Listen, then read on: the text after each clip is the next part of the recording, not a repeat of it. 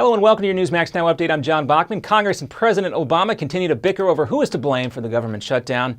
And then there's this. The Pentagon says it cannot give financial assistance to relatives of soldiers killed in combat during this shutdown.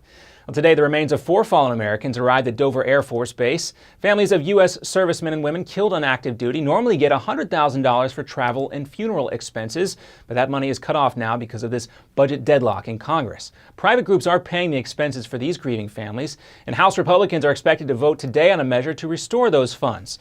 But at a hearing this morning, the Secretary of Veterans Affairs said a total of more than $6 billion in veterans payments could be in jeopardy. If the shutdown does not end in the coming weeks, VA will not be able to assure delivery of 1 November checks to more than 5.18 million beneficiaries. Meanwhile, both sides remain dug in. Republicans are insisting on negotiating changes to the new health care law before passing any kind of funding bill.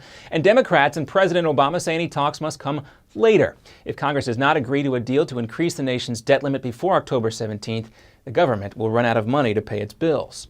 Turning now to Egypt, where violence between supporters of ousted President Mohamed Morsi and the military continues to get worse. And there are new reports now that the White House is planning on rolling back U.S. financial and military aid to the country. That move is in response to the military coup that removed Morsi from office and the fighting that has followed. However, there is expected to be continued support for the military's counterterrorism efforts in the Sinai Peninsula, also continued aid to ensure that Egypt upholds its peace treaty with Israel, and more non-military aid to support the promotion of democracy. Meanwhile, back in D.C., President Obama announces today that he is nominating Janet Yellen to be the next head of the Federal Reserve. As vice chair of the central bank under current chair Ben Bernanke, Yellen has supported policies to keep interest rates low. Analysts say her nomination could also help ease concerns over the debt ceiling debate in Washington. And police have arrested 2 more people in the case of that motorcycle road rage incident in New York City, and that includes an NYPD undercover detective. Investigators say that undercover detective was off duty. His name is Wojciech Brejskov. He's a 10-year veteran of the NYPD. Yesterday, he surrendered and now faces riot and criminal mischief charges. Investigators also say they now have video of him pounding on the SUV as other motorcyclists beat up the driver. Brejskov's attorney says his client only witnessed other bikers attacking that vehicle. Sources say other New York City police officers may have been riding with that pack of motorcyclists as well. And coming up next, a Newsmax exclusive with Republican Congresswoman Lynn Jenkins, why she says ending the stalemate in Washington is entirely up to President Obama and Democrats. Plus, a store clerk takes matters into his own hands when a robber tries to hold him up. See what happens next when this clerk whips out his machete. In 2013, half of your friends, family, and neighbors may lose their jobs, and you may be forced to watch helplessly as you are robbed of 90% of your life savings, all while your home's value is eradicated. Controversial economist Robert Wiedemer believes we will soon stare down a secret crisis that will rival the Great Depression. It was Wiedemer's 2005 book, America's Bubble Economy, that warned of coming meltdowns in our housing and stock markets. Washington did not heed his call, and folks on Main Street lost $50 trillion from the recession. His New York Times best-selling book, Aftershock, predicted our federal debt and dollar would be the next bubbles to burst. And now, Robert Wiedemer has released a startling video with shocking evidence the powers that be have tried to ban. But that hasn't stopped 50 million people from getting the truth. Join us at aftbook.com. That's aftbook.com. Hi, this is Dick Morris. Obamacare is taking full effect this year with over 15,000 pages of regulations. You need to know how this law affects you.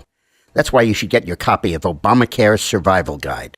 It's easy to read and the best guide to the new law.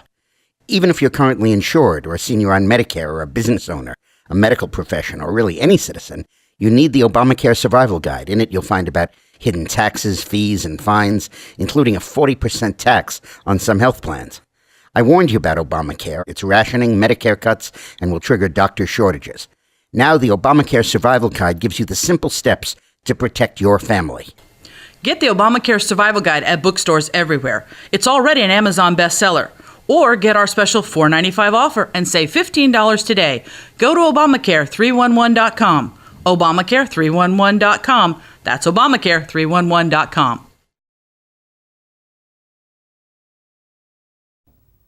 Hi, this is Mike Reagan. Folks ask me, what would Ronald Reagan do if he were with us today? I believe the first thing he'd do is stop Obamacare. Already it's in effect with higher taxes, hidden fees, skyrocketing insurance rates, big Medicare cuts, and some insurance plans are hit with a 40% tax. Protect yourself by getting the Obamacare Survival Guide. It's already a #1 New York Times bestseller. Newsmax says it's the best guide to the new law, giving you the strategies, tips, and loopholes you need to know. If you're insured on Medicare, a business owner, a medical professional, just about anyone, you need this book. Get the #1 bestseller, The Obamacare Survival Guide, at bookstores everywhere. Or get our special $4.95 offer and save $15 off the cover price by going now to Obamacare311.com. Obamacare311.com. That's Obamacare311.com.